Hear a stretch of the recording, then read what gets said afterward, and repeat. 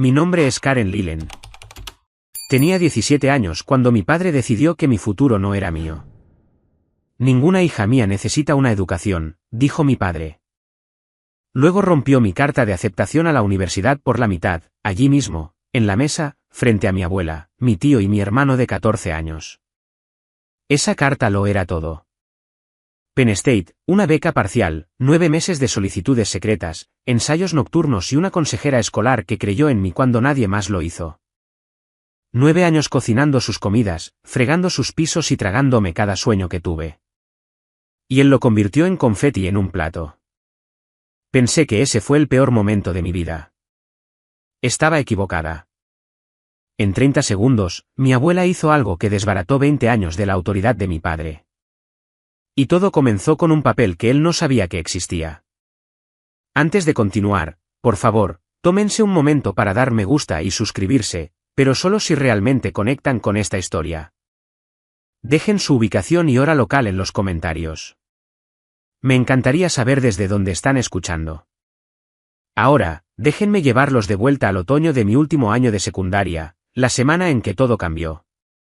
La casa en la calle Maple se veía respetable desde afuera. Ladrillo de 2 pisos, persianas blancas, un césped que Gerald cortaba cada sábado por la mañana exactamente a las 7:15. No porque lo disfrutara, sino porque necesitaba que los vecinos lo vieran hacerlo. La imagen le importaba a mi padre. El control importaba más. Adentro, cada centímetro cuadrado funcionaba bajo sus términos. El termostato se mantenía a 18 grados en invierno porque decía que cualquier cosa más alta era un desperdicio. El control remoto de la televisión vivía en el reposabrazos de su sillón reclinable, su canal, su horario. La cena se servía a las 6 en punto, y que Dios te ayudara si la sal no estaba de su lado de la mesa. Y esa mesa, una pesada mesa de comedor de roble con patas talladas y una mancha de agua en forma de media luna cerca de la esquina donde siempre me sentaba, había estado en la casa desde antes de que pudiera recordar. Mi abuela la compró cuando amuebló el lugar por primera vez hace 22 años. Pero mi padre la llamaba mi mesa, de la misma manera que llamaba a todo en esa casa al mío. Esta es mi casa, mis reglas.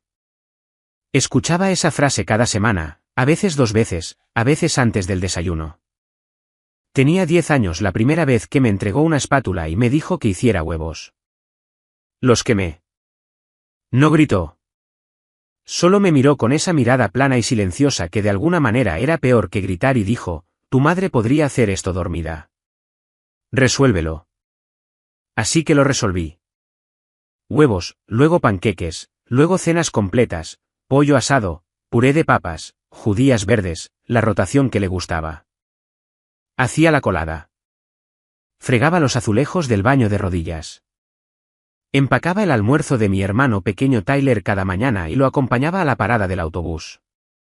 No era su hija. Era su ama de llaves. Simplemente aún no tenía las palabras para describirlo. La llamaba su casa. Pero más tarde me enteré de que nunca fue dueño ni de un clavo en ella. El nombre de mi madre era Diane. Tenía el pelo castaño que se rizaba en las puntas sin esfuerzo y una risa que te hacía sentir como si estuvieras al tanto de un maravilloso secreto. Sé esto porque tenía 8 años cuando ella murió. Y esos 2 detalles son los que he guardado con más fuerza. Cáncer de mama. Etapa 3 cuando lo detectaron. Etapa 4 para Navidad. Se fue antes de que los tulipanes que había plantado la primavera anterior brotaran en el jardín. Después del funeral, mi padre cambió. O tal vez no cambió. Tal vez el dolor simplemente quemó la delgada capa de suavidad que había mantenido oculto al resto de él. Se movía por la casa como un hombre que sella habitaciones. Primero, las fotos desaparecieron. Cada foto de mi madre, de las paredes, del refrigerador, de la repisa de la chimenea, empacada en una caja de cartón y metida en el garaje detrás del soplador de nieve. Saqué una a escondidas. Una pequeña instantánea de ella sosteniéndome en la feria del condado. Algodón de azúcar pegado en mi barbilla, ambas riendo. La guardé presionada dentro de mi libro de texto de biología como un secreto. Luego las reglas se endurecieron. No mencionar a mamá en la mesa. No llorar donde él pudiera verlo. No preguntar cuándo las cosas volverían a sentirse normales. Tu madre también tenía sueños, me dijo una vez cuando tenía 12 años y cometí el error de decirle que algún día quería ser enfermera. Mira a dónde la llevó eso. Lo dijo de la misma manera que comentaría sobre el clima. Solo un hecho, como si morir fuera algo que ella hubiera hecho a propósito para molestarlo. Me enteré años después por mi abuela, en una frase que comenzó y luego detuvo, mirando hacia otro lado, que mi padre le había prohibido a mi madre volver a la escuela.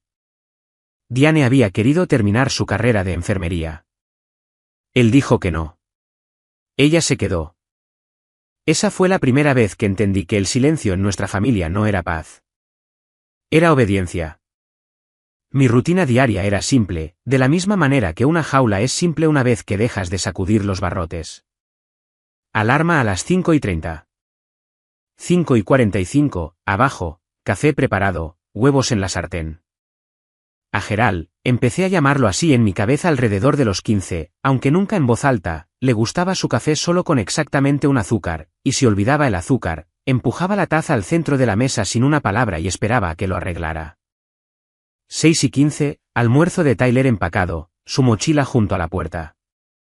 6:30, almuerzo de Gerald empacado también, porque aparentemente un hombre de 47 años no podía manejar un sándwich. 7, parada del autobús con Tyler. 7:40, escuela. 3, casa. 3:15, platos de la mañana, colada si era lunes o jueves, aspiradora si era miércoles. 5:30, empezar la cena. 6, servir. 6:45, recoger la mesa, lavar todo a mano porque Gerald decía que el lavavajillas era un desperdicio de agua. 8, deberes. Finalmente, 9:30 o más tarde, a la cama, si tenía suerte. Revisaba el refrigerador para asegurarse de que había comprado bien. Revisaba mi teléfono, un teléfono plegable tan viejo que la bisagra estaba unida con cinta adhesiva, para asegurarse de que no estaba perdiendo el tiempo. No permitía actividades extracurriculares, ni clubes, ni deportes, ni amigos en casa. Tienes responsabilidades, decía, como si tuviera 40 años con una hipoteca en lugar de 17 con un examen de geometría. Sé lo que están pensando. ¿Por qué no me fui? Tenía 17 años. Tenía $11 en un frasco de vidrio debajo de mi cama.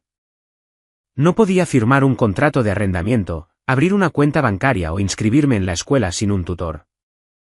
Mi tío Russell le tenía demasiado miedo a Gerald como para acogerme.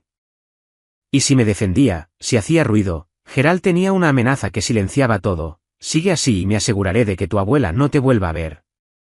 Era la única persona que me quedaba que me hacía sentir como una persona. Así que me quedé callada. Me mantuve útil. Me quedé. Pero ese septiembre, algo llegó por correo que lo cambió todo, y casi no me llega. Aquí hay algo que Gerald no sabía: solicité ingreso a la universidad. No abiertamente, no con orgullo. En secreto, como un crimen. Comenzó con la señora mi consejera escolar, una mujer sensata de unos 50 años con gafas para leer en una cadena de cuentas y un archivador que llamaba La Bóveda. Se había dado cuenta de algunas cosas.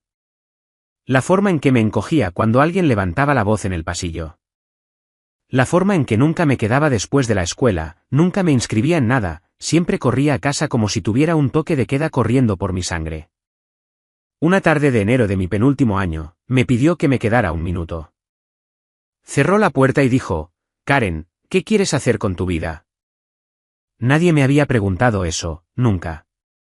Me ayudó con todo: libros de preparación para el SAT que me prestó de su propio estante, exenciones de tarifas de solicitud, borradores de ensayos escritos durante el almuerzo en su oficina. La puerta cerrada, mi letra temblando. Usamos la dirección de la escuela como dirección de remitente en cada solicitud porque Gerald revisaba el buzón de la misma manera que un alcaide revisa las celdas, todos los días, sin falta. Pero también se lo conté a mi abuela. Una noche, desde el teléfono de la oficina de la señora llamé a Eleanor y le conté todo. Escuchó sin interrumpir. Luego dijo: usa mi dirección como respaldo. Estaré atenta a las cartas. Fue Eleanor quien recibió la carta primero. Penstead aceptó. Beca parcial, $12.000 al año. Necesitaría unos $8.000 más para la matrícula y los gastos de manutención. Pero era real. Era posible. Lloré en la oficina de la señora Herr cuando Eleanor llamó para decírmelo. Lágrimas silenciosas, del tipo que me había entrenado para llorar. Sin sonido, sin desorden. No te preocupes por el dinero ni por la casa, dijo mi abuela por teléfono. Solo confía en la abuela. No entendí la parte de la casa. Todavía no. Eleanor dijo que se lo dijera a Gerald en la cena del domingo. Ella estaría allí. Trae la carta, dijo. Yo me encargo del resto. Lo que no sabía, lo que me revolvió el estómago cuando me enteré más tarde, fue que Gerald ya había actuado a mis espaldas. Se había puesto en contacto con Rosis Diner en la Ruta 9 y había conseguido un trabajo para mí a partir de la semana después de la graduación. Camarera, 30 horas a la semana. Incluso había firmado mi nombre en la solicitud del mismo. No solo me estaba impidiendo ir a la universidad. Estaba construyendo un muro alrededor de todo mi futuro, ladrillo por ladrillo, mientras yo todavía estaba dentro. Domingo, 6. Puse la mesa como siempre lo hacía. El plato de Gerald en la cabecera, su vaso de agua a la derecha, su servilleta doblada en un rectángulo porque decía que los triángulos parecían descuidados. El lugar de Tyler a su izquierda. El de mi tío Russell frente a Tyler. La silla de mi abuela en el otro extremo, más cerca de la cocina, donde siempre se sentaba, cerca de la puerta, me di cuenta ahora, como alguien que siempre mantiene una salida a la vista. Había cocinado la rotación habitual, pollo asado, puré de papas, judías verdes con ajo. El menú de Gerald, el horario de Gerald, las reglas de Gerald. El olor a romero llenaba la cocina, y recuerdo haber pensado que extraño era que algo pudiera oler a hogar y sentirse como una trampa al mismo tiempo. Eleanor llegó a las 5:45. Llevaba su abrigo de cachemira color camel, lo único bueno que tenía, el que usaba en cada cena familiar como si fuera una armadura. Me besó la frente en la puerta, me apretó la mano una vez y dejó su bolso de cuero, estructurado, marrón oscuro, desgastado y suave en las asas, en el suelo junto a su silla. No noté con qué cuidado lo colocó. No noté que era más pesado de lo habitual.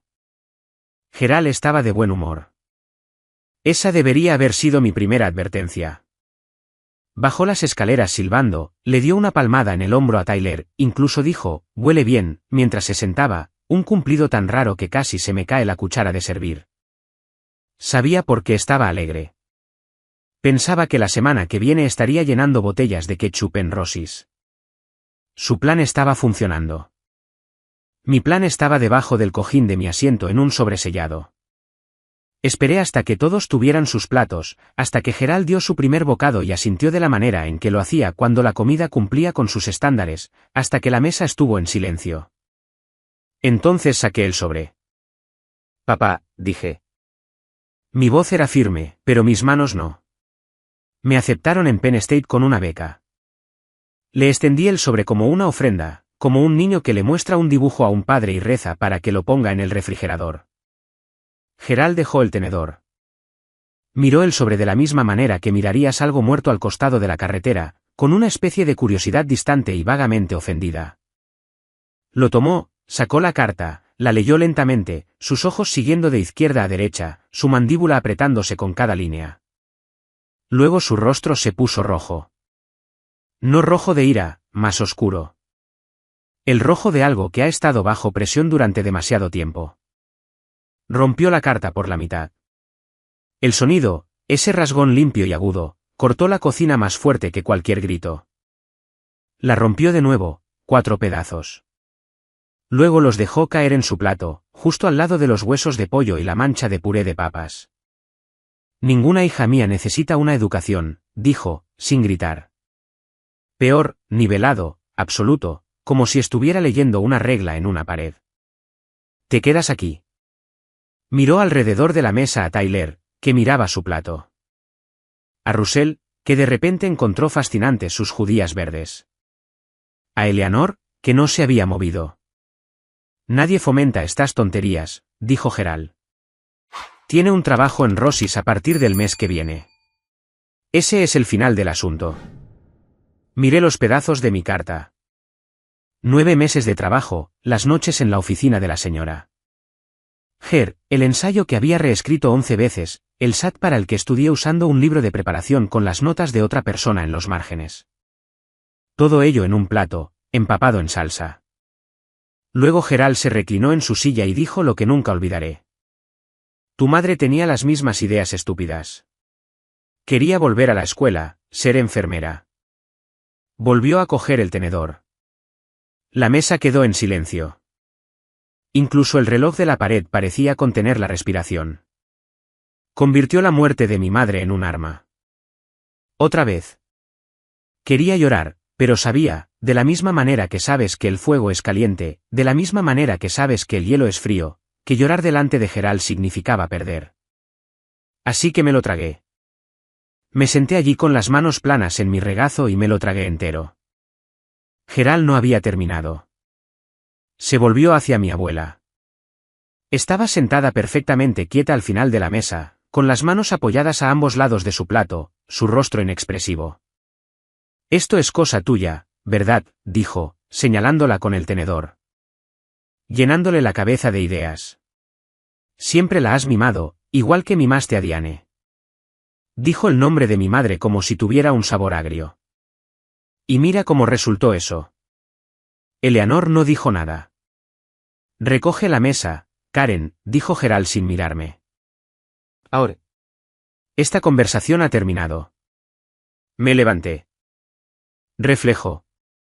9 años de memoria muscular llevándome hacia el fregadero antes de que mi cerebro pudiera alcanzarme. Mis manos ya estaban alcanzando su plato cuando escuché la voz de mi abuela. Siéntate, Karen. Silenciosa, no fuerte. Pero algo en ella me detuvo en seco. Una firmeza que nunca antes le había oído. Como una puerta cerrándose con llave desde adentro. Los ojos de Gerald se clavaron en Eleanor. Mamá, mantente al margen de esto. Esta es mi casa, mi hija, mi decisión. El tío Russell se movió en su asiento. Gerald, tal vez deberíamos hablar de esto. Tú tampoco tienes voto, interrumpió Gerald, sin romper el contacto visual con Eleanor. Luego se volvió hacia mí. Y ya que estamos, llamé a Penn State el jueves, intenté retirar tu solicitud yo mismo. Les dije que era tu padre, tu tutor. Su labio se curvó. Dijeron que necesitaban tu firma, alguna tontería de política. Se inclinó hacia adelante. Así que, vas a firmar ese formulario de retiro esta noche, aquí mismo en esta mesa, delante de todos. Ese era su verdadero plan, no solo la carta. Quería que yo matara mi propio futuro con mi propia mano, presenciado por mi propia familia. Una ejecución pública del único sueño que me quedaba. Mi abuela se quedó quieta durante exactamente 30 segundos. Lo sé porque estaba contando. 30 segundos es más largo de lo que piensas cuando el único sonido es un reloj haciendo tic-tac y tu propio latido del corazón y el leve raspado del tenedor de Gerald contra la porcelana porque en realidad había vuelto a comer, tan seguro de que había ganado. Un Mississippi. El refrigerador zumbaba. 10 Mississippi. Tyler miraba los trozos de mi carta como si intentara volver a unirlos con los ojos. 20 Mississippi. La mano del tío Russell estaba envuelta alrededor de su vaso de agua con tanta fuerza que sus nudillos estaban blancos. 30. Mi abuela dejó su servilleta. La dobló, ordenada, precisa, la colocó a la derecha de su plato como siempre lo hacía, como si incluso este pequeño acto mereciera dignidad. Luego empujó su silla hacia atrás y se levantó. Se movió lentamente, no frágil, deliberada. Caminó hasta el armario de abrigos junto a la puerta principal y sacó su abrigo de cachemira color camel. Se lo puso un brazo a la vez y lo abotonó en la cintura con manos firmes. Gerald levantó la vista de su plato. ¿A dónde vas? La cena no ha terminado. Eleanor volvió a la mesa. Se paró detrás de su silla. Miró a mi padre, no a través de él, no más allá de él, sino directamente a él. De la manera en que miras a alguien por quien finalmente dejaste de poner excusas. Y dijo 2 palabras. Prepara sus maletas. Gerald se rió. Una gran carcajada. Una risa real. Del tipo que sale del vientre y llena una habitación. La risa de un hombre que cree que el mundo está organizado exactamente como él lo dispuso. Preparar sus maletas, dijo, todavía sonriendo. ¿Y enviarla a dónde? ¿Con qué dinero? Mi abuela no respondió. Se agachó, desabrochó su bolso de cuero y sacó una pila de papeles sujetos con una sola grapa. Lo que puso sobre la mesa a continuación fue la razón por la que mi padre había estado viviendo como un rey en un castillo que nunca fue suyo. Era una escritura. Una escritura de propiedad, notariada, sellada, registrada en la oficina del registrador del condado. Cada línea nítida, cada firma verificada, y en la parte superior, en tinta negra que 22 años no habían desvanecido, un nombre, Eleanor M. Lilen, única propietaria. No Gerald. No Gerald y Eleanor. No el fideicomiso de la familia Lilen. Solo ella. Un nombre, una mujer, una firma. Esta casa ha estado a mi nombre desde 2002, dijo Eleanor. Su voz no tembló. La compré con el dinero del seguro de vida de tu padre y mis ahorros después de que él falleció. Te dejé vivir aquí sin pagar alquiler porque estabas de luto y tenías 2 hijos que necesitaban un techo. Hizo una pausa. Pero nunca, ni una sola vez, te transferí esta casa, Gerald. No hay transferencia. No hay acuerdo. La escritura es mía. Siempre ha sido mía. La sonrisa de Gerald se derrumbó. No de una vez. Fue por etapas. Como un edificio perdiendo pisos. Primero las comisuras de sus labios, luego la luz en sus ojos, luego toda su postura, hundiéndose una pulgada en la silla en la que había estado sentado como en un trono. Miró la escritura. Miró a Eleanor. Luego forzó una risa, más pequeña esta vez, más delgada. La risa de un hombre que busca el chiste. ¿Y qué? Dijo. ¿Me vas a echar? ¿A tu propio hijo? Te estoy dando una opción, dijo Eleanor. Karen va a Penn State este otoño con mi apoyo financiero. ¿La dejas ir? ¿La apoyas, y sigues viviendo aquí? Inclinó la barbilla ligeramente. O te opones a esto, y llamo a mi abogado esta noche. El tío Russell se inclinó hacia adelante y tomó la escritura, leyéndola. Sus cejas se alzaron en su frente. La dejó sin decir una palabra, pero la mirada que le dirigió a Gerald fue una que nunca antes le había visto, algo entre sorpresa y un reconocimiento silencioso y largamente esperado. La boca de Tyler estaba abierta. Me miraba a mí, luego a Eleanor, y luego de nuevo a mí como si estuviera viendo el mundo reorganizarse. ¿Y yo? Me quedé allí mirando ese trozo de papel, y un pensamiento se repetía una y otra vez, 20 años. Nos dijo que esta era su casa. Hizo todas las reglas, controló cada rincón, decidió quién comía, quién hablaba, quién importaba. Todo construido sobre una mentira que nunca se molestó en verificar. El rostro de Gerald pasó por algo que nunca antes había visto. Confusión, luego furia, luego una compostura dura y frágil, como un hombre que remienda una pared agrietada con sus propias manos. Empujó la escritura a un lado de la mesa. ¿Crees que un trozo de papel me asusta?, dijo.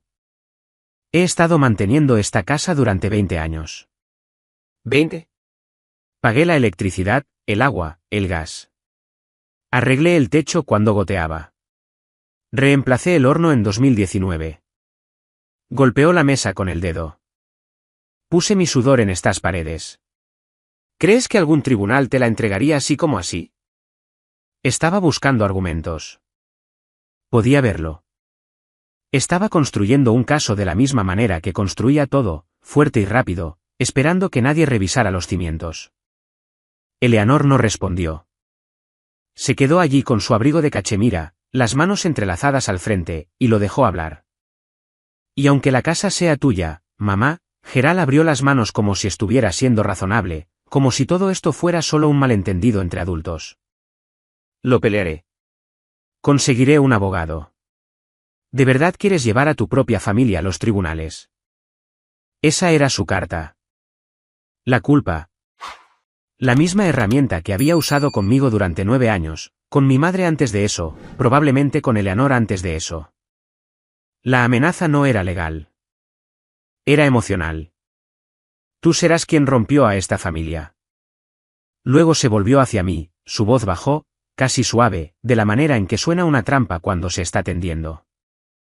Dile a tu abuela que detenga este circo, Karen. Sabes que este es tu hogar. ¿Quieres destruir a esta familia por una escuela? Quería que yo eligiera. Familia o futuro, lealtad o libertad, la misma elección imposible que había estado forzando en cada mujer de su vida durante tanto tiempo como podía recordar. Mi abuela no discutió. No levantó la voz. Volvió a meter la mano en su bolso. Era un teléfono plegable, viejo, plateado, pequeño, casi idéntico al que Gerald me había dado, el que rastreaba y monitoreaba. Pero el de Eleanor era suyo, pagado con su propio dinero, registrado a su propio nombre. Presionó un botón, marcación rápida. La cocina estaba tan silenciosa que pude oír el pequeño timbre a través del altavoz. Un timbre, 2 timbres, luego un clic. Hola, David. Soy Eleanor Lilen.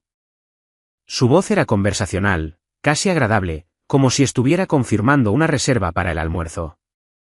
Necesito que comiences el proceso que discutimos. Sí, el aviso de 30 días. Una pausa. Sí, esta noche. Otra pausa. Gracias, David. Te lo agradezco. 40 segundos.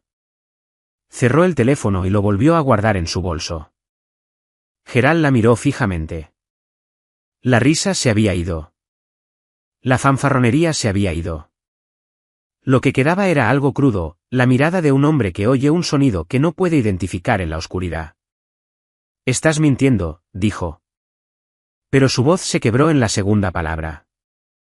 Gerald, dijo Eleanor, y por primera vez, escuché algo casi como tristeza en su tono. No por ella misma, sino por él. Por la versión de su hijo que había pasado 20 años esperando que apareciera. Nunca he mentido en mi vida. Tienes 30 días, o dejas que Karen vaya a la universidad. Cogió su bolso. ¿Elige? Déjenme explicarles algo. David Mercer era el abogado de bienes raíces de Eleanor. No lo había llamado por impulso. Le había consultado 2 semanas antes, justo después de que Gerald hubiera roto el primer correo de Penn State, un paquete de orientación, justo delante de mí en el desayuno sin pensarlo 2 veces. Fue entonces cuando Eleanor comenzó a preparar la documentación. Los documentos de desalojo ya estaban redactados. Solo estaba esperando que Gerald cruzara la última línea. La cruzó con confeti en un plato. Eleanor caminó hacia la puerta principal, luego se detuvo. Se volvió, no hacia Gerald, sino hacia mí. Prepara una maleta, cariño. Vienes a casa conmigo esta noche. Me levanté. No rápido, no dramático, simplemente me levanté. De la manera en que te levantas cuando has decidido algo y tu cuerpo finalmente está de acuerdo. Siéntate, dijo Gerald. Su silla raspó hacia atrás. Ahora también estaba de pie. Una mano plana sobre la mesa, la otra apuntándome. No vas a ninguna parte. Miré a mi padre. No a su mano, no al suelo. ¡Ay! Y por primera vez en 9 años, no bajé la mirada. He estado sentada durante 9 años, papá. Ya terminé. Su boca se abrió, pero no salió nada. Creo, sinceramente creo, que fue la primera vez que alguien en esa casa le dijo que no y lo dijo en serio. Subí las escaleras. Mi habitación era pequeña. El dormitorio más pequeño, el que tenía la ventana que no cerraba bien y la mancha en el techo con forma de bota. Mi mochila, una Jansport descolorida que tenía desde el primer año, ya estaba medio empacada. La señora Ger me había dicho meses atrás que tuviera una bolsa de emergencia lista. Por si acaso, había dicho. En ese momento pensé que estaba siendo dramática. No lo era. La agarré. ropa, cepillo de dientes, el libro de preparación para el SAT, mi diario. Luego metí la mano en mi libro de texto de biología y saqué la foto de mi madre en la feria del condado. Algodón de azúcar, risas, una versión de mi vida que el cáncer y Gerald habían borrado. La metí en el bolsillo de mi chaqueta, contra mi corazón. Tyler estaba de pie en el pasillo, 14 años, todavía con su camiseta de béisbol, con los ojos rojos. Karen. Lo abracé. Ya era casi de mi altura. No te estoy dejando, le dije al oído. Solo estoy dejando esto. Bajé las escaleras. Gerald estaba al pie de la escalera, bloqueando la puerta. Si sales por esa puerta, dijo, y su voz temblaba ahora, no vuelvas. Pasé a su lado. No se movió para detenerme. Creo que una parte de él sabía, quizás siempre lo había sabido, que lo único que me mantenía allí era la cerradura, y la cerradura acababa de ser cambiada. Eleanor tenía el coche en marcha, los faros encendidos, el motor zumbando, la puerta del pasajero ya abierta. Detrás de mí, oí la voz de Russell. Silenciosa, casi disculpándose, pero lo suficientemente clara como para oírse. Traeré el resto de sus cosas mañana, mamá. Fue la primera vez que el tío Russell se enfrentó a Gerald delante de la familia. No sería la última. Subí al coche.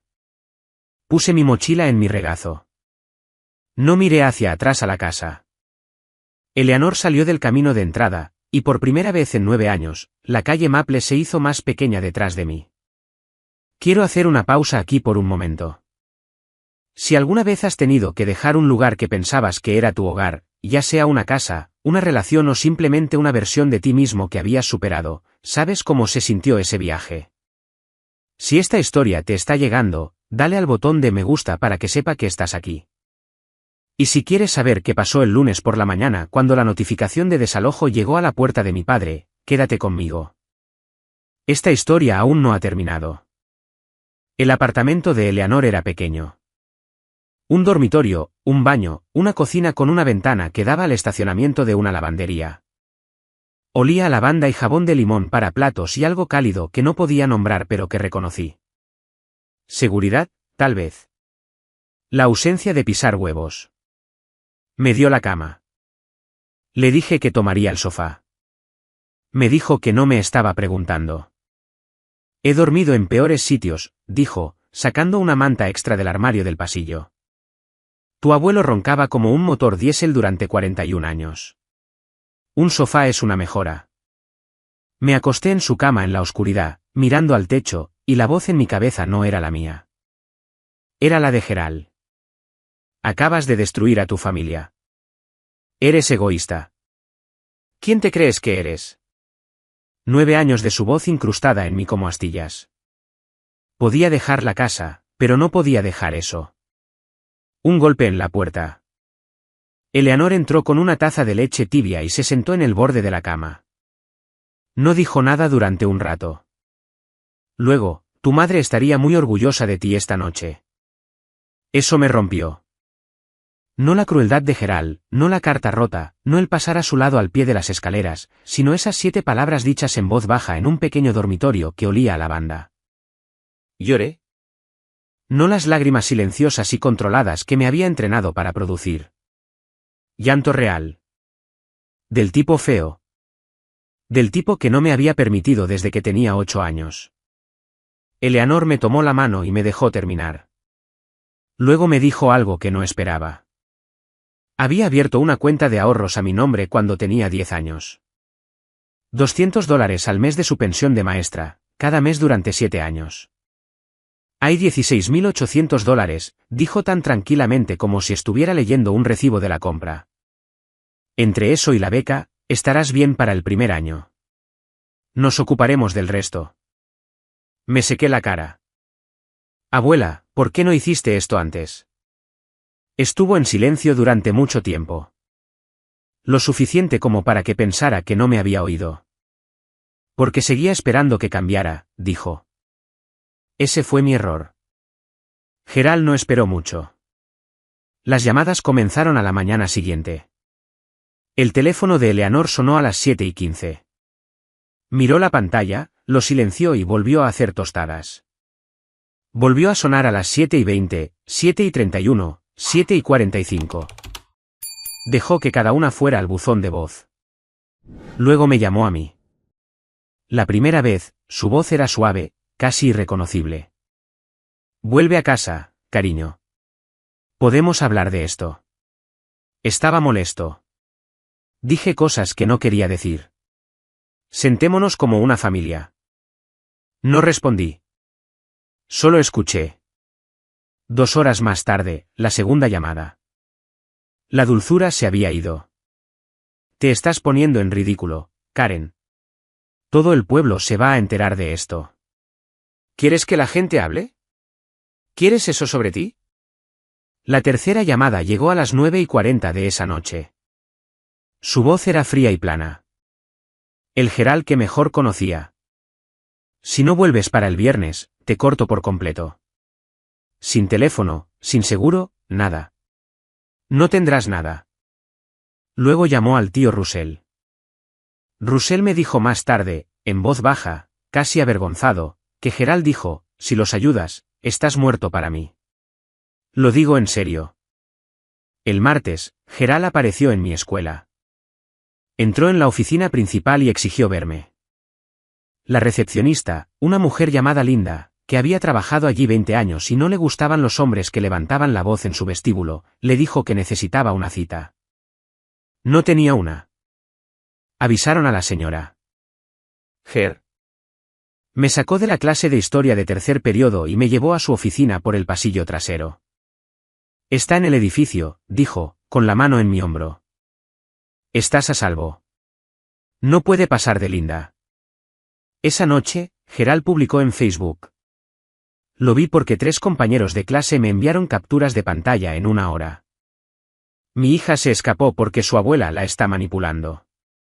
Es una adolescente confundida utilizada por una anciana amargada. Por favor, recen por nuestra familia. 47 me gusta, 12 comentarios diciendo que rezarían, 6 diciendo, mantente fuerte, Gerald.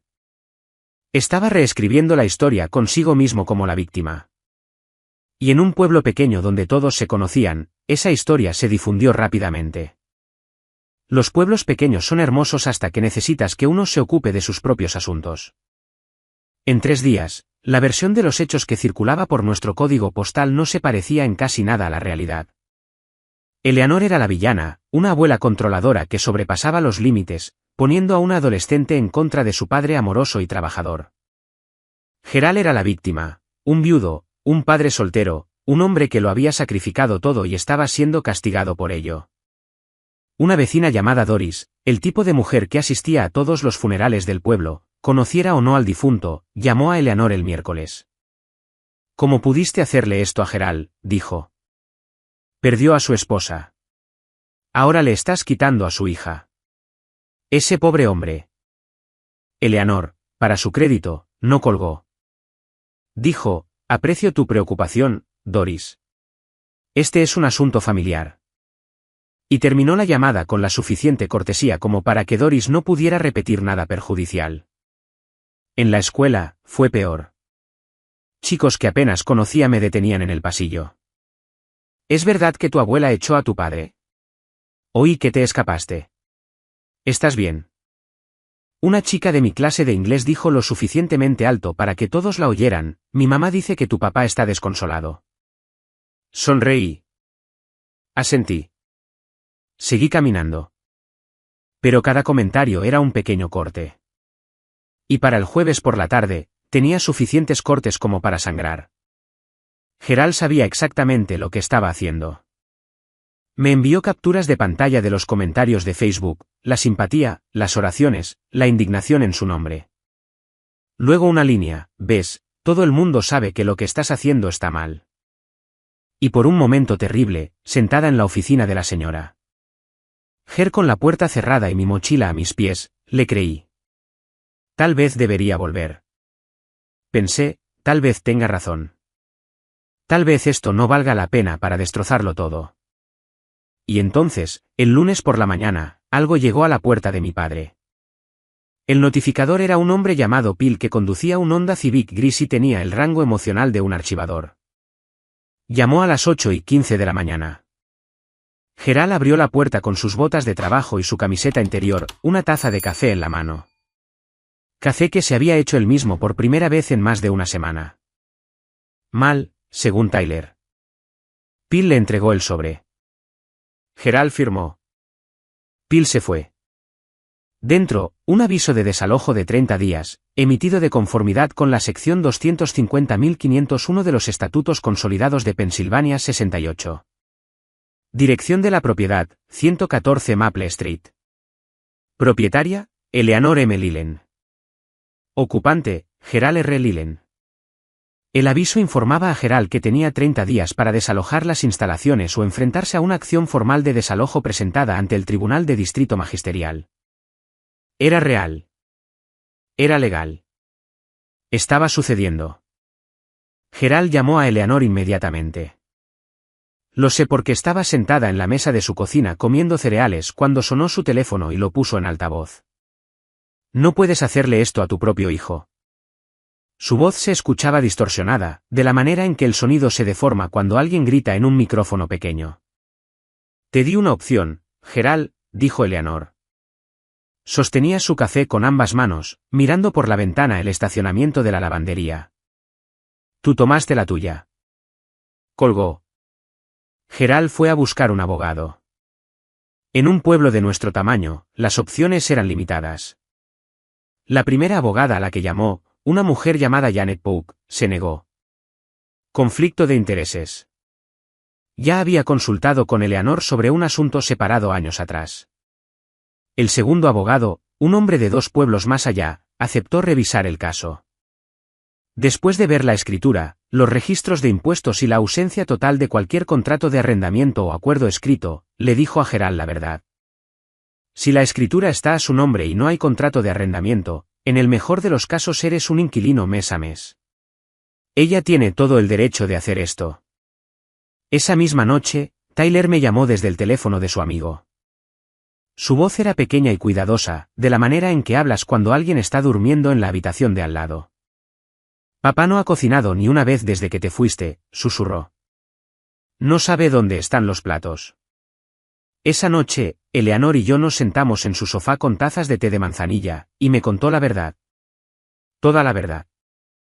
La versión que había estado guardando durante décadas. Tu abuelo, comenzó, y se detuvo. Tomó un sorbo, y comenzó de nuevo. Harold era un buen proveedor. La gente lo apreciaba. Pero detrás de nuestra puerta, era un hombre diferente. Decidía lo que yo vestía, a dónde iba, con quién podía hablar. Yo quería enseñar. Tenía el título. Tenía la certificación. Pero él decía que el lugar de una esposa estaba en el hogar. Se miró las manos. Perdí 15 años esperando que cambiara de opinión. No enseñó hasta que Harold murió. Tenía 51 años en su primer día como maestra de escuela primaria. 51. Cuando vi a Gerald haciendo lo mismo con Diane, pensé que estaba viendo una repetición de mi propia vida.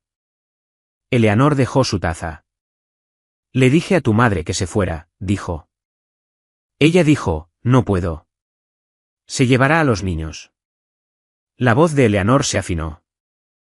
Tenía razón, probablemente. Y luego se enfermó y ya no importó. La casa, lo explicó claramente. Después de la muerte de Harold, su seguro de vida pagó. No una fortuna, pero suficiente. Eleanor lo combinó con sus ahorros de maestra y compró la casa en la calle Maple directamente en 2002. Gerald acababa de perder a Diane. Tyler tenía 5 años, y yo 8. Él necesitaba estabilidad, y ella se la dio. Sin alquiler, sin preguntas. Pero nunca transfirió la escritura. Me dije a mí misma que era porque el papeleo era complicado. Dijo que eso era mentira. La verdad es que lo sabía. Sabía en quién se estaba convirtiendo Gerald, y guardé esa escritura porque en algún lugar en el fondo de mi mente, creía que algún día, podría necesitarla. Tenía razón. Solo que tardó 20 años. Metió la mano debajo del cojín del sofá y sacó una carpeta de Manila. Registros de impuestos a la propiedad, de todos los años, los 22. Su nombre en cada recibo. Una copia impresa de un correo electrónico de David Mercer confirmando que el título estaba limpio. Luego dijo algo que hizo que la habitación quedara en completo silencio. Hay una cosa más. Tu madre te dejó una carta. Le pregunté por la carta. Eleanor negó con la cabeza. Todavía no, cariño. Cuando estés lista. Quería discutir, pero algo en su rostro me dijo que había estado guardando esa carta durante 9 años y no me la iba a entregar a las 11 de un martes. Ella sabría el momento adecuado. Siempre lo hacía.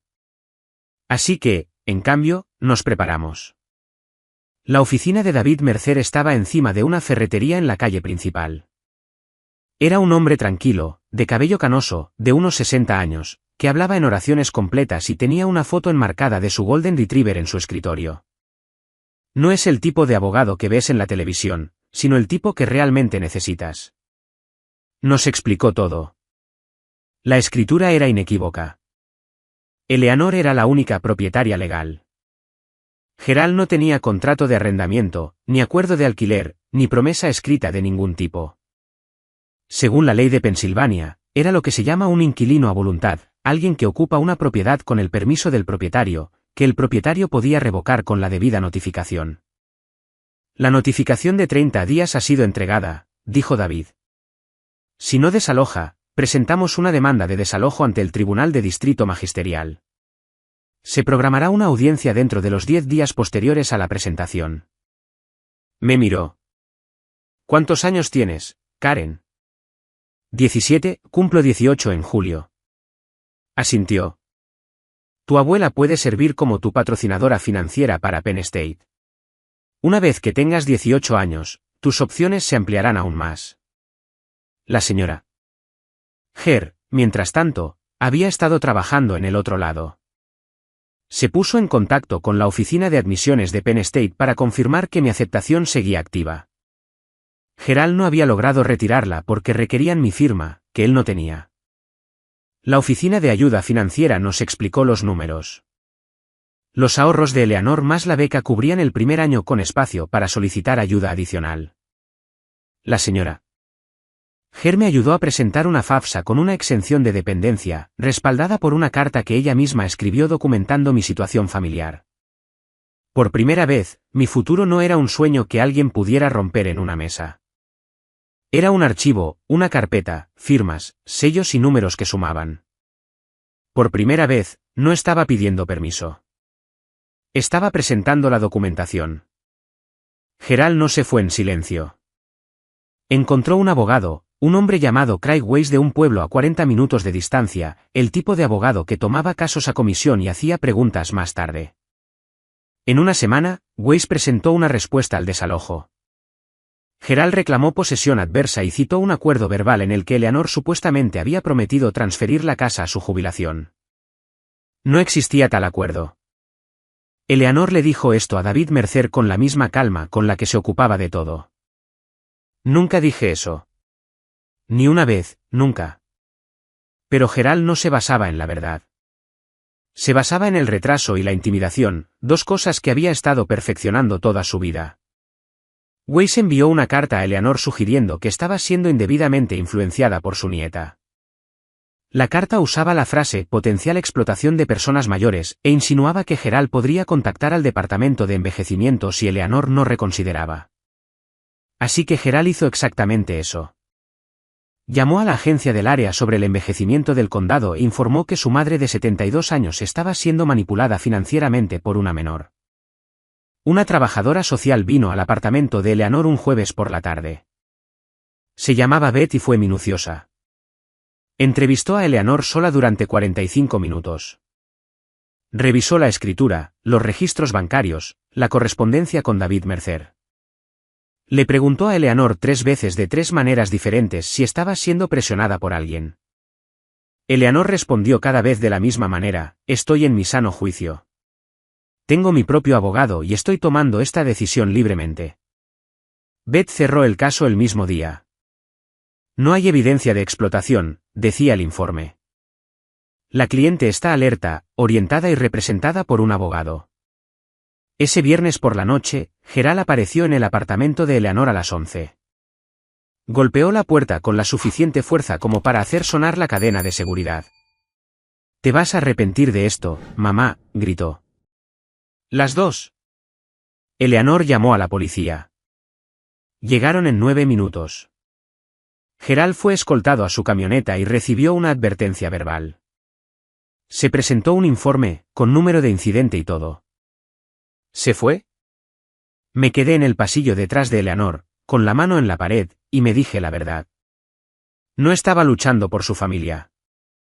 Estaba luchando por el control, y lo estaba perdiendo. Pero había algo que Gerald no sabía. Algo que mi abuela había estado guardando durante 9 años.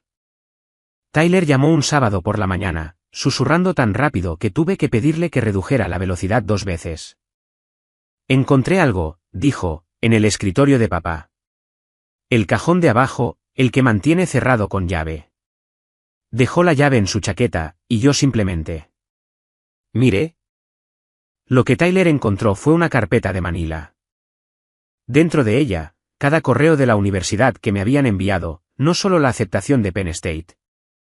Había cartas de la Universidad de Temple, un folleto de la Universidad de Pittsburgh, un informe de calificaciones del SAT que nunca había visto. Todo interceptado del buzón durante el último año, metido en un cajón y guardado bajo llave. Mi padre no había tomado una decisión precipitada en la cena. Había estado borrando sistemáticamente mi futuro durante meses. Tyler tomó fotos con el teléfono de su amigo y me las envió. Me senté en el sofá de Eleanor y revisé imagen tras imagen. Sobres con mi nombre, abiertos, leídos y escondidos por el hombre que se suponía que debía protegerme. Y luego, en el fondo de la carpeta, Tyler encontró algo más. Una tarjeta de felicitación dirigida a mí, con matasellos de hace 8 años. La letra no me resultaba familiar. La dirección del remitente estaba en Filadelfia. Era de mi tía Patricia, la hermana de mi madre. La mujer que Gerald me dijo que no quería saber nada de nosotros después del funeral. La mujer que dijo que había seguido adelante y se había olvidado de ti. Ella había escrito: Karen, cariño, felicidades por empezar la secundaria. Tu mamá estaría muy orgullosa. Pienso en ti todos los días. Con amor, tía Patty. 8 años. Me la había ocultado durante 8 años. No quiero ser como él, Karen, dijo Tyler, y su voz se quebró en mi nombre. Gerald no desalojó la casa. Pasaron 30 días. Se quedó en la calle Maple como un hombre que creía que la terquedad era lo mismo que un derecho legal. Así que Eleanor y David Mercer solicitaron el desalojo formal ante el Tribunal de Distrito Magisterial, y se programó una audiencia para un martes por la mañana 3 semanas después. La sala del tribunal, si se le puede llamar así, era una pequeña habitación en el edificio municipal junto a la Ruta 6. Luces fluorescentes, paredes con paneles de madera, una bandera estadounidense en la esquina que se inclinaba ligeramente hacia la izquierda, 5 filas de bancos de madera para los espectadores, un escritorio elevado para el juez. Sin jurado, solo personas y papeles. Gerald se sentó en el lado izquierdo con Craig Weiss. Llevaba una camisa de vestir, azul claro, planchada, la primera vez que lo veía con algo que no fuera franela o un polo de trabajo, pantalones caqui con un pliegue afilado. Pero sus botas de trabajo asomaban por debajo de los puños, gastadas y familiares. Y de alguna manera ese detalle me entristeció más que nada. Eleanor se sentó a la derecha con David Mercer. Llevaba un blazer azul marino sobre una blusa blanca, su cabello plateado en un moño bajo. Su postura, del tipo recto que proviene de décadas de estar de pie frente a una clase. Se veía exactamente como lo que era, una maestra jubilada que había hecho su tarea. Me senté en la primera fila detrás de Eleanor. Tenía las manos en mi regazo. Mi mochila estaba a mis pies. Detrás de nosotros, el tío Russell, que había conducido 40 minutos para estar allí. Algunas caras que reconocí del pueblo, personas que habían visto la publicación de Facebook, oído los chismes y venido a mirar. La secretaria del tribunal, una joven con una computadora portátil, grabó todo. La sala era pequeña, pero tenía público. Y el público cambia la forma en que la gente se comporta, o en el caso de Gerald, la forma en que se rebelan. Entró la jueza Morrison. Una mujer de unos 60 años, gafas de lectura plateadas, sensata. Se sentó, abrió el expediente y dijo, comencemos. Craig Weiss fue el primero. Habló rápidamente, construyendo el caso de Gerald como un hombre apilando cartas en un día ventoso. Gerald había mantenido la propiedad durante 2 décadas.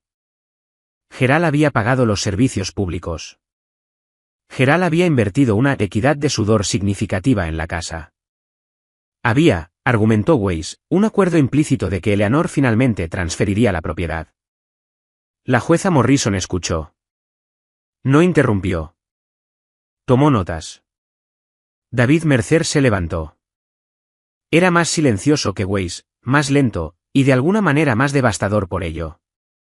Presentó la escritura, registrada en la oficina del registrador del condado en 2002. Eleanor M. Lillen, única propietaria. Presentó 22 años de recibos de impuestos a la propiedad, todos a nombre de Eleanor. Presentó una búsqueda de título que confirmaba que no había gravámenes, ni transferencias, ni copropietarios, ni cargas de ningún tipo. Su señoría, dijo Mercer, la escritura es inequívoca. Mi cliente es la única propietaria legal. No hay contrato de arrendamiento, ni acuerdo escrito, ni evidencia, escrita o de otro tipo, de una promesa de transferencia. El señor Lillen es, en el mejor de los casos, un inquilino a voluntad. La notificación de 30 días fue debidamente entregada. La jueza Morrison se volvió hacia Gerald. Se quitó las gafas. Señor Lillen, dijo, ¿puede presentar algún documento escrito, un contrato de arrendamiento, un contrato, una carta, cualquier cosa que demuestre que su madre acordó transferir la propiedad o concederle un derecho permanente a residir en esta propiedad? Gerald miró a Weiss. Weiss miró la mesa. Sí. Se entendía, dijo Gerald. Se inclinó hacia adelante. Es mi madre. Las madres no necesitan un contrato con sus hijos. La jueza Morrison se volvió a poner las gafas. Señor Lillen, este tribunal se ocupa de documentos, no de suposiciones. Revisó el expediente durante otros 60 segundos. Luego dictaminó, Eleanor tenía el derecho legal de desalojar. Se le ordenó a Gerald desalojar en 15 días, reducido de 30 porque, como señaló la jueza Morrison, a Gerald ya se le había dado el aviso original de 30 días y había optado por ignorarlo. Gerald se puso de pie de un salto, su silla raspó contra el suelo de baldosas con la suficiente fuerza como para hacer que la secretaria se estremeciera. Esto es una locura, gritó. Está haciendo esto por una chica que quiere ir a la escuela. La sala quedó en silencio. Todas las personas en esos bancos de madera lo oyeron. Russell cerró los ojos. Los dedos de la secretaria del tribunal se cernían sobre su teclado. La jueza Morrison miró a Gerald por encima de sus gafas durante 3 segundos completos antes de decir, siéntese, señor Lillen. Se sentó, pero las palabras ya habían salido. Y todas las personas en esa sala entendieron exactamente qué tipo de hombre las estaba diciendo. ¿Oyeron lo que acaba de decir mi padre? En un tribunal, frente a un juez, frente a testigos, por una chica que quiere ir a la escuela. Una chica que quiere aprender. Esa era la emergencia. Si esa frase les impactó como a mí, dejen un comentario a continuación. Leo todos y cada uno. Y si están en medio de su propia lucha en este momento, no están solos. Suscríbanse y acompáñenme hasta el final. La siguiente parte es la que nunca olvidaré. El estacionamiento del juzgado estaba medio vacío y demasiado brillante. Una de esas mañanas frescas de otoño en las que el sol golpea el asfalto en un ángulo que hace que todo parezca sobreexpuesto, como una fotografía con el contraste demasiado alto. Gerald estaba de pie junto a su camioneta, una F-150 oxidada con una luz trasera rota y una pegatina descolorida en el parachoques que decía, apoya a los plomeros locales. Tenía las llaves en la mano, pero no se movía. Nos miraba a Eleanor y a mí mientras bajábamos los escalones, con David Mercer sosteniendo la puerta detrás de nosotros. Me quitaste todo, dijo Gerald. Su voz era diferente. No fuerte, no mezquina, simplemente hueca. Un hombre de pie entre los escombros de algo que había construido, sin entender que los cimientos nunca habían sido suyos. Eleanor se detuvo en el último escalón. Miró a su hijo, su único hijo, y vi algo moverse en su rostro que nunca antes había visto. No ira, no satisfacción, algo más pesado, el peso de una mujer que sabía que tenía razón y deseaba no tener que tenerla. No te quité nada, Gerald, dijo. Simplemente dejé de dar. Russell se acercó a Gerald y le puso una mano en el hombro. Gerald se estremeció pero no se apartó. Puedes quedarte conmigo, dijo Russell. Todo el tiempo que necesites. Pero necesitas dejar ir a Karen. Gerald no respondió. Abrió la puerta de su camioneta, se subió y se fue. Sin despedida, sin una última palabra, solo el motor y la grava y el rojo menguante de sus luces traseras. Lo vi irse. Esperé sentir algo triunfante, una oleada de justicia, una hinchazón cinematográfica. No llegó. Lo que llegó en cambio fue más silencioso. No alegría, no tristeza, solo espacio. Una vasta y desconocida apertura donde solía estar su voz. En el camino a casa, mi teléfono vibró. Un número que no reconocí. Karen, soy tu tía Patty. Tyler encontró mi tarjeta y me llamó. Llevo 8 años intentando contactarte. La llamé desde la cocina de Eleanor, sentada en el mostrador con los pies colgando. El teléfono presionado con tanta fuerza contra mi oído que podía sentir mi pulso en la mejilla. La voz de Patricia era cálida y quebrada en los bordes, como una taza que amas demasiado como para tirarla. Me lo contó todo. Había enviado cartas, tarjetas de cumpleaños, paquetes de Navidad cada año durante 8 años. Gerald le dijo una vez por teléfono, en un tono que dijo que nunca olvidaría, que Karen y Tyler no quieren saber de ti, y que debía respetar los deseos de la familia. Luego bloqueó su número. Me dijo que una vez había contactado a un abogado sobre los derechos de visita, pero como no era una tutora legal, y Gerald técnicamente no negaba el acceso, solo interceptaba, no había mucho que pudiera hacer sin pruebas. Nunca dejé de pensar en ti, dijo. Ni un solo día. Patricia vivía en Filadelfia. Era enfermera registrada en un hospital del centro. Una enfermera, la misma carrera que mi madre había querido y que Gerald había aplastado antes de que comenzara. La coincidencia se asentó en mi pecho como una piedra. Tu mamá hablaba de ti constantemente, dijo Patricia. Quería que tuvieras todo lo que ella no pudo. Solía decir, Karen será la que lo logre. Estaba llorando de nuevo, libremente esta vez. Sin tragar, sin esconderme, sin vigilar la puerta. Ven a visitarme antes de que empiecen las clases, dijo Patricia. Filadelfia está a solo 3 horas de Penn State. Tendrás familia cerca. Familia. La palabra se sentía diferente ahora. No una cadena, sino una red. La noche antes de irme a la orientación de Penn State, Eleanor me sentó en el borde de su cama. Sostenía una pequeña caja de madera, de cedro, no más grande que una caja de zapatos, con un broche de latón que se había vuelto verde con el tiempo. Estaba esperando el momento adecuado, dijo. Creo que este es. Abrió la caja y me entregó un sobre. Era de color crema, suave en los bordes por los años de ser sostenido y guardado, sostenido y guardado.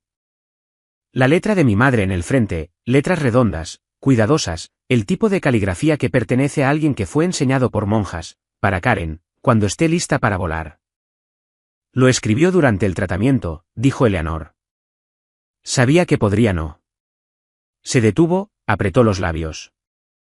Me lo dio y me dijo, dáselo cuando más lo necesite. Lo he estado llevando durante 9 años. Abrí el sobre con manos que no se quedaban quietas. La carta tenía 2 páginas, escritas en papel de cuaderno rayado. La tinta ligeramente manchada en algunos lugares. Manchas de lágrimas, me di cuenta más tarde. Algunas suyas, y ahora algunas mías. No escribió sobre Gerald.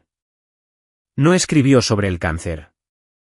No escribió sobre el arrepentimiento, o al menos no de la manera que esperaba. Escribió sobre mí. Escribió sobre la mañana en que le había preparado el desayuno en la cama cuando tenía 7 años, tostadas quemadas y jugo de naranja con pulpa que había intentado colar a través de una toalla de papel. Escribió sobre la vez que había memorizado todas las constelaciones en un mantel individual de un restaurante y se las había recitado en el patio trasero. Escribió sobre la forma en que me reía, que según ella sonaba como campanas que se soltaban. Y cerca del final, con una letra que se había vuelto inestable, escribió la línea que llevo conmigo a todas partes. No dejes que nadie te diga lo que vales, especialmente las personas que se supone que te aman. Leí la carta 3 veces. La primera vez entre lágrimas, la segunda vez a través de algo más profundo, la tercera vez porque quería escuchar su voz. Y esto era lo más cerca que estaría. Eleanor también lloraba, en silencio, de la manera en que las mujeres de mi familia siempre habían llorado, como si el sonido fuera algo que nos habían enseñado a racionar. Me pidió que esperara hasta que estuvieras lista para volar, dijo Eleanor. Creo que estás lista. Sostuve la carta contra mi pecho y respiré.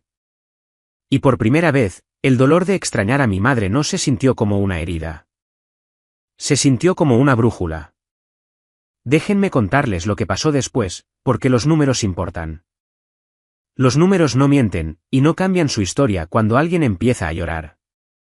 Gerald desalojó la casa de la calle Maple 8 días antes del plazo ordenado por el tribunal. Se mudó a un apartamento de un dormitorio encima de una tintorería al otro lado de la ciudad. $750 al mes, el más barato que pudo encontrar. Había vivido sin pagar alquiler durante 20 años en una casa valorada en aproximadamente $185.000. El cálculo de lo que le costó perder eso es el tipo de cálculo que mantiene a un hombre despierto a las 3 de la mañana. Todavía tenía su trabajo de plomería. Todavía tenía su camioneta. Pero lo que había perdido, el reino, el trono, la ilusión de autoridad construida sobre un trozo de papel que nunca fue suyo, eso no podía ser reemplazado con horas extras. Eleanor se quedó con la casa. No volvió a vivir en ella. En cambio, se la alquiló a una familia joven, una pareja con 2 hijos y un perro, por $1.200 al mes. Esos ingresos fueron directamente a una segunda cuenta destinada a mi educación, la matrícula para el segundo año y los siguientes. Tyler se quedó con el tío Russell durante el año escolar. No era ideal, pero Russell era estable, y finalmente había dejado de tenerle miedo a su hermano. Tyler comenzó a ver a un consejero en la escuela. No porque alguien lo obligara, sino porque él lo pidió. La máquina de chismes del pueblo, que una vez había funcionado a favor de Gerald, se revirtió lentamente. La gente se enteró de la verdad por partes. La escritura, el desalojo, el correo interceptado, la actuación en Facebook. Nadie se disculpó con Eleanor. Los pueblos pequeños no hacen eso. Pero las invitaciones al lado de la narrativa de Gerald cesaron silenciosamente, y a Doris, la vecina, se la vio llevándole a Eleanor una cazuela un jueves por la tarde sin explicación. No perdió a su hija porque me fui. Perdió a su hija la noche que rompió esa carta. 2 meses después de mi primer semestre, mi teléfono sonó a las 8:15 de un miércoles por la noche. Estaba en mi dormitorio. Libros de texto esparcidos por mi cama, una bolsa de pretzels a medio comer en la mesita de noche. El número era de Gerald. Casi no contesto, pero algo en mí, no perdón, no obligación, algo para lo que todavía no tengo una palabra, me hizo contestar. Vi tu nombre en la lista del decano, dijo. Su voz era más silenciosa de lo que nunca la había oído. Más pequeña, como si viniera de una habitación que se había vuelto demasiado grande para una persona. Lo busqué en línea. Tu madre. A ella le hubiera gustado eso. Cerré los ojos. Era la primera vez que mencionaba a mi madre sin usarla como un arma, y no sabía qué hacer con eso.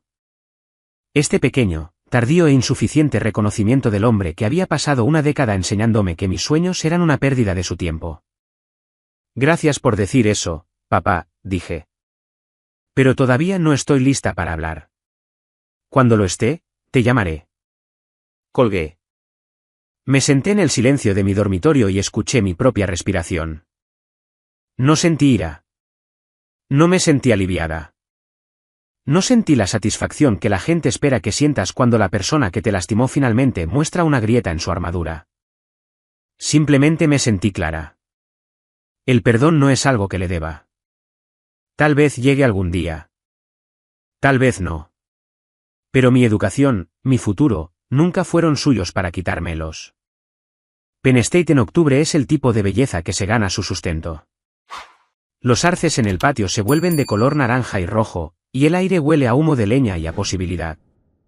Y donde quiera que mires, hay gente llevando libros y café, y la tranquila suposición de que pertenecen aquí. Yo pertenecía aquí. Mi dormitorio era una caja de bloques de hormigón en el tercer piso de East Halls, compartida con una chica llamada Rachel, que hablaba en sueños y tenía una colección de suculentas en el alféizar de la ventana a las que había llamado como los jueces de la Corte Suprema. Era extraña y amable y la primera amiga que había hecho basándome enteramente en quién era yo, no en con quién estaba emparentada o qué podía hacer por ellos. Me especialicé en preenfermería, no porque la tía Patricia fuera enfermera, no porque mi madre hubiera querido serlo, sino porque en algún lugar entre las tostadas quemadas y el libro de texto de biología y los 9 años de cuidar de todos menos de mí misma, me di cuenta de que era buena cuidando a la gente, y quería hacerlo en mis propios términos, para la gente que realmente lo necesitaba, en un lugar donde contara. Eleanor llamaba todos los domingos por la noche a las 7. Hablábamos de su semana, mis clases, los inquilinos de la casa de la calle Maple, el tiempo, cosas normales. Nunca mencionaba a Gerald a menos que yo lo hiciera. Tyler me llamaba por FaceTime todos los miércoles. Estaba creciendo. Su voz estaba cambiando. Se unió al equipo de atletismo de la escuela, la primera actividad extracurricular que se le había permitido hacer a un niño Leland en una década. La tía Patricia me invitó a Filadelfia para el Día de Acción de Gracias. ¿Fue? Hizo la receta de relleno de mi madre. No lloré. Simplemente comí 2 porciones y pedí la receta, y Patricia sonrió como si le hubiera dado algo que había estado esperando años para recibir. En mi escritorio en el dormitorio, entre una computadora portátil de segunda mano y una pila de tarjetas de anatomía, guardaba 2 cosas, la foto de mi madre en la feria del condado y su carta, prensada dentro de una funda de plástico transparente para que la tinta no se desvaneciera. Nadie aquí me decía que no podía. Y eso todavía se sentía nuevo. No voy a pararme aquí y decirles qué hacer con su vida. Tengo 20 años. Todavía estoy descubriendo la mía. Pero puedo decirles lo que aprendí. Aprendí que el silencio no es lealtad. Mi abuela guardó silencio durante 20 años porque amaba a su hijo y seguía esperando que se convirtiera en el hombre que ella había criado.